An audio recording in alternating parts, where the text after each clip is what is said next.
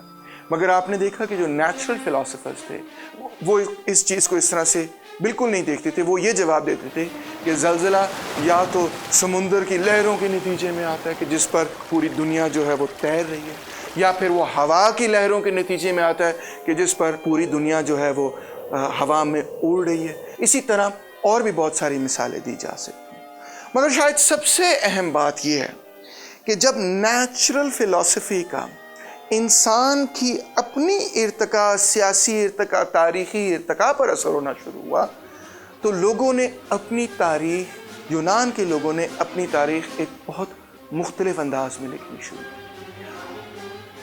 انہوں نے یہ سوچا کہ جو مختلف چیزیں تاریخ میں انسانوں کے ساتھ ہوئی ہیں وہ انسانوں کے اپنے فیصلوں کے نتیجے ہیں۔ لہٰذا دو ایسے فرد پیدا ہوئے کہ جن کو ہم کریڈٹ کرتے ہیں کہ وہ پہلے ہسٹورینز تھے، ہیروڈوٹس اور تھیوسیڈائٹس۔ یہ پہلے وہ لوگ تھے جنہوں نے تاریخ کو نیچرل پروسیس کے طور پہ دیکھنا شروع کیا، اور ہم سمجھتے ہیں کہ انہوں نے تاریخ کا جو سبجیکٹ ہے، عنوان ہے، اس کو جنم دیا۔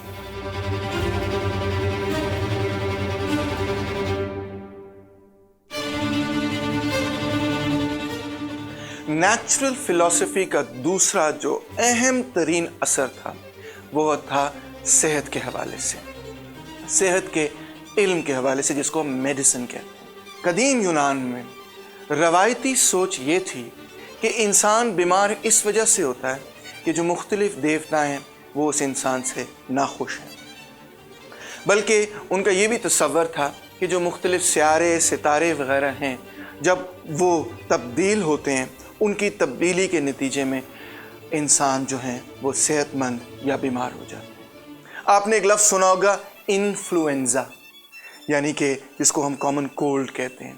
انفلوئنزا بھی ایک گریک لفظ ہے، اور اس کی جو ایٹمالوجی ہے، اس لفظ کی جو بنیاد ہے وہ یہ ہے malign influence of the stars. Influenza نکلتا ہے، یا انفلوئنس جو ہے وہ انفلوئنزا سے نکلتا ہے، کہ وہاں سے ستاروں سے جب آپ متاثر ہوں تو تب انفلوئنس ہوں تو تب آپ کو انفلوئنزا ہو جاتا ہے، آپ بیمار ہو جاتے ہیں۔ تو نیچرل فلسفی جیسے جیسے یونان کے اندر پھیلی تو ایسے لوگ پیدا ہوئے کہ جنہوں نے نیچرل یعنی قدرتی ایکسپلینیشن ڈھونڈنی شروع کی، قدرتی جواب ڈھونڈنے شروع کیے کہ انسان بیمار کیوں ہوتا ہے۔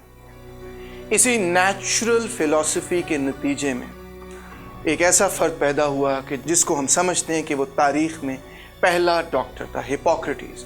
460 BC میں اس کی پیدائش ہوئی، اور اس کی یہ تھیوری تھی کہ انسان کے جسم کے اندر 4 قسم کی قوتیں ہیں۔ کیونکہ میں اس تھیوری کا پہلے ہی ذکر کر چکا ہوں ایمپیڈوکلیز کے سیکشن میں، لہٰذا میں اس پہ مزید وضاحت نہیں کروں گا، مگر میں صرف اس بات کی وضاحت ضرور کرنا چاہوں گا کہ ہپوکریٹس کی تھیوری جو تھی وہ بیسکلی نیچرل فلسفی کی ایپلیکیشن تھی۔ نیچرل فلسفی نے جن اصولوں کی وضاحت کی، اس کو جب عملی جامہ میڈیسن پر، صحت کے حوالے سے اپلائی کیا گیا، تو اس کے نتیجے میں ماڈرن میڈیسن، سائنٹیفک میڈیسن پیدا ہو۔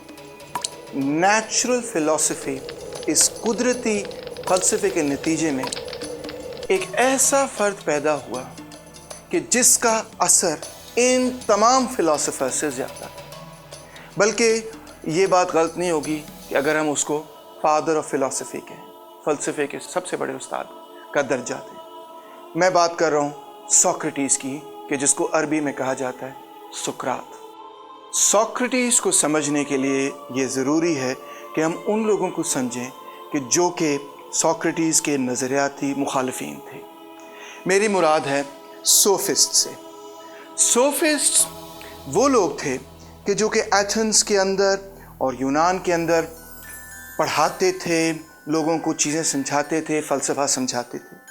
یہ لفظ جو ہے سوفسٹ، یہ صوفی سے نکلا ہے، اور فلوسوفیا تو آپ جانتے ہی ہیں، صوفیا کا مطلب ہے علم، وزڈم، لہٰذا صوفسٹ کا مطلب ہے وہ انسان جو کہ علم اور وزڈم رکھے، یعنی وائز مین۔ اس میں بہت سارے لوگ شامل تھے، کچھ نمایاں کردار جو ہیں اس میں پروٹیگرس ہے، گورجیاس ہے، اینٹیفون ہے، ہپیاس ہے، پروڈیکس ہے، کریٹلس ہے، اور بھی بہت سارے لوگ ہیں۔ میرا خیال ہے ان میں سے شاید دو سب سے اہم لوگ ہیں، وہ ہے پروٹیگرس اور گورجیاس۔ اس پہ پلیٹو نے اپنا ڈائلاگز وغیرہ بھی لکھے، اور سوکریٹیز کی ان کے ساتھ کئی دفعہ بحث بھی، کریٹلس کے ساتھ بھی اور لوگوں کے ساتھ بھی۔